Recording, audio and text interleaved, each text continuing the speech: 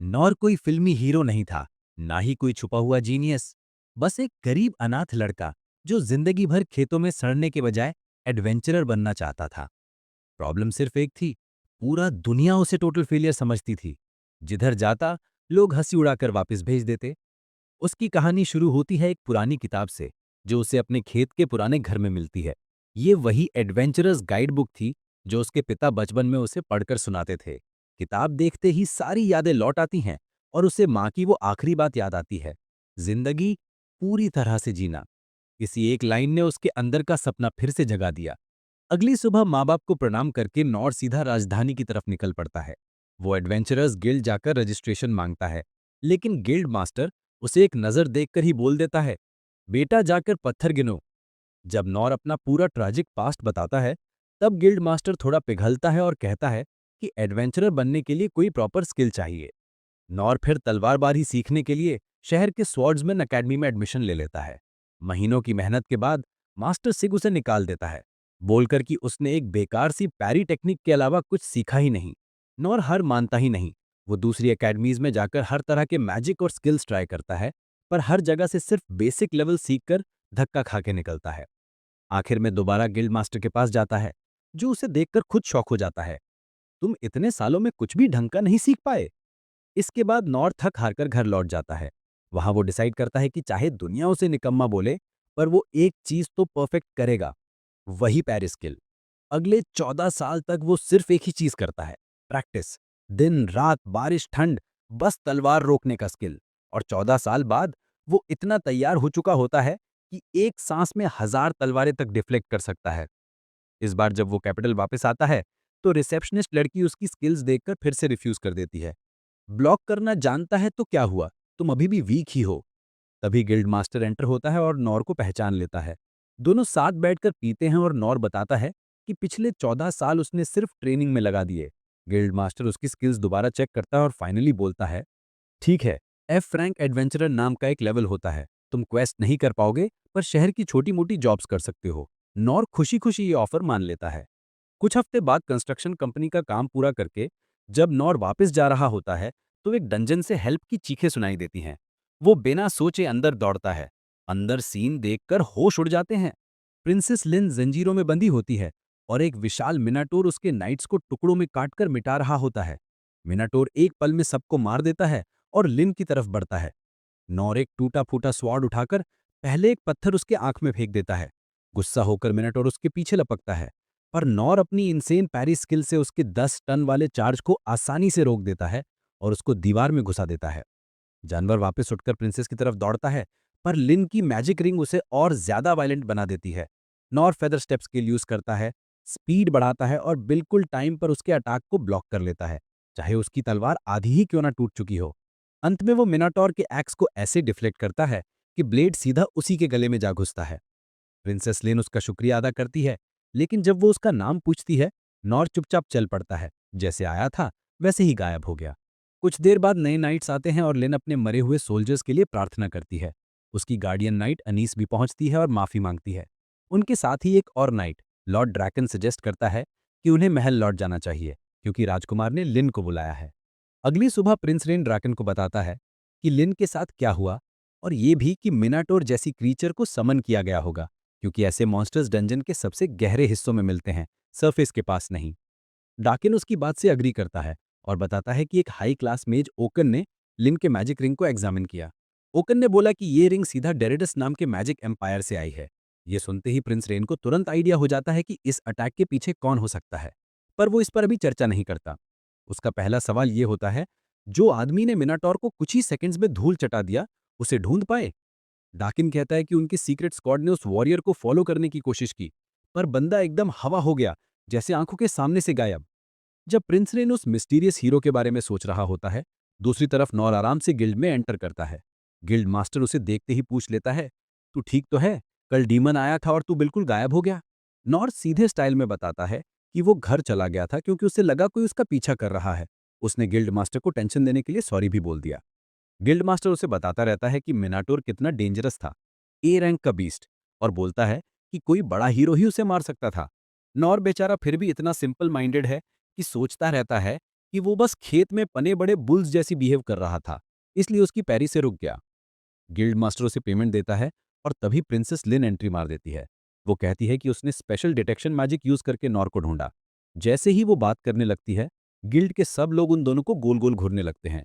लिन suggest करती है कि वो दोनों बाहर चलकर बात करें और कंसीलमेंट स्पेल का यूज करें ताकि कोई सुन या फील न कर सके। नोर को समझ ही नहीं आता कि सब लोग इतना अजीब बिहेव क्यों कर रहे हैं। उसे पता ही नहीं कि लिन असली में पूरी किंगडम की प्रिंसेस है। गिल्ड मास्टर चोरी चोरी उससे बोलता है, बेटा कुछ उल्टा सीधा मत बोल देना। बाहर एक शांत सी जगह पर लिन उसको प्रॉपरली थैंक यू बोलती है और कहती है कि उसने सिर्फ उसकी नहीं बल्कि पूरे शहर की जान बचा ली। नॉर अभी भी समझता नहीं कि एक पागल सा बुल काटना क्या बड़ा काम था। वो तो ये तक बोल देता है कि शायद वो अपनी मेज स्किल से मिनाटोर को इजीली हराने वाली थी। लिन फिर भी उसका शुक्रिया करते ही रहती है और पूछती है कि क्या वो उसके फादर से मिलने चलेगा। नॉर पोलाइटली मना कर देता है, आपको मुझे थैंक करने की भी जरूरत नहीं। पर लिन इतनी जिद्दी है कि उसकी बात मानने को रेडी ही नहीं। जब वो इमोशनल होकर इंसिस्ट करती रहती है, तब नॉर हार कर कह देता है कि ठीक है, वो मिलने चलेगा बट कोई एक्स्ट्रा रिवॉर्ड नहीं चाहिए। कुछ ही देर बाद वो दोनों रॉयल पैलेस पहुंच जाते हैं। नॉर पैलेस देखकर ही शॉक हो जाता है। ये जगह लिटरली एक छोटा शहर लगती है। लिन उसे अंदर ले जाती है, जहां उनका पहला एनकाउंटर एनीस से होता है। एनीस उसे बताती है कि नॉर ही वो आदमी है जिसने उसकी जान बचाई।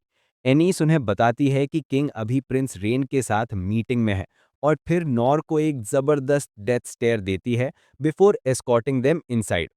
रास्ते में एक चिपकू सेल्फ ऑब्सेस्ड नाइट गिलबर्ट मिलता है। वो नॉर के मुंह पे अपना स्पीयर तरकाता है और पूछता है कि ये कौन है। इनीस इसे डांट देती है कि लिन का गेस्ट है, सीधा बिहेव करे। पर उसके पास से निकलते वक्त वो धीरे से बोलती है, फॉलो करना, जरूरत पड़ी तो उसे बॉडी बैग में घर भेजना पड़े। उसी वक्त मीटिंग रूम में प्रिंस रेन किंग क्ले को बता रहा होता है कि डेरिडस एम्पायर ने शायद लिन पर अटैक करवाया क्योंकि उन्होंने डंजन के रेलिक्स उन्हें देने से मना कर दिया था। किंग क्ले गुस्से में कहता है कि डेरिडस सीधा उनके साथ जंग छेड़ने की कोशिश कर रहा है। तभी लिन नॉर को लेकर अंदर आती है। सब लोग तुरंत घुटनों पर बैठ जाते हैं रिस्पेक्ट में, सिर्फ नॉर को छोड़कर। वो आराम से किंग के सामने जाकर बोल देता है कि मैं सिर्फ इतने आया हूं क्योंकि लिन ने बोला था।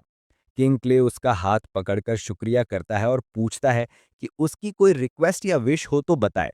नॉर फिर से मना कर देता है, मेरे पास ऑलरेडी काफी है।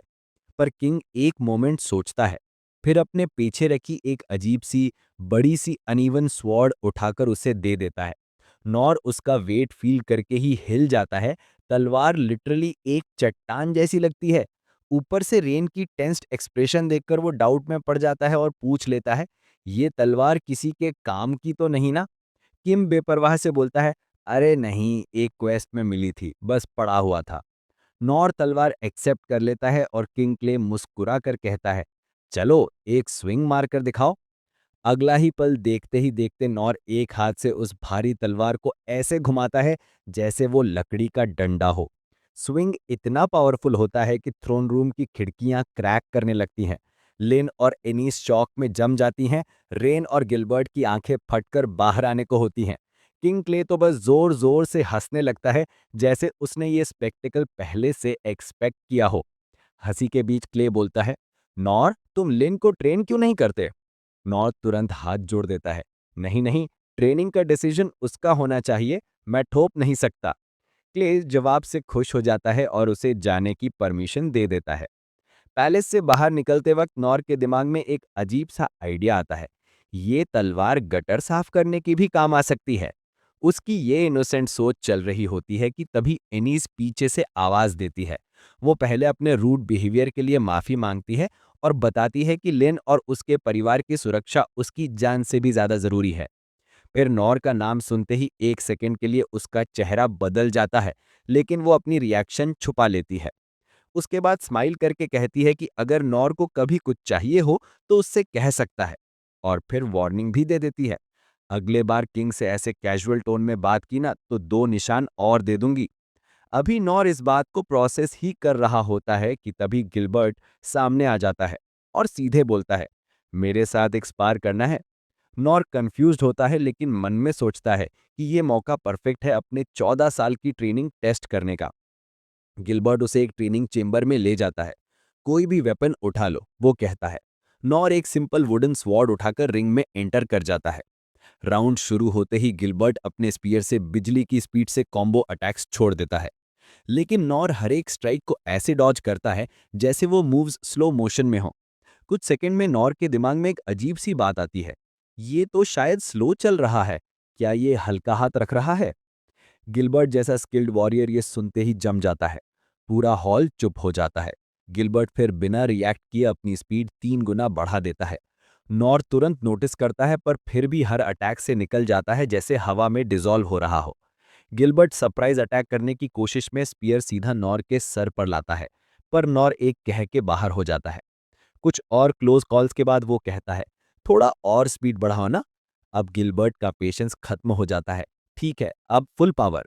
लेकिन फुल पावर में भी रिजल्ट वही, नॉर अनटच्ड।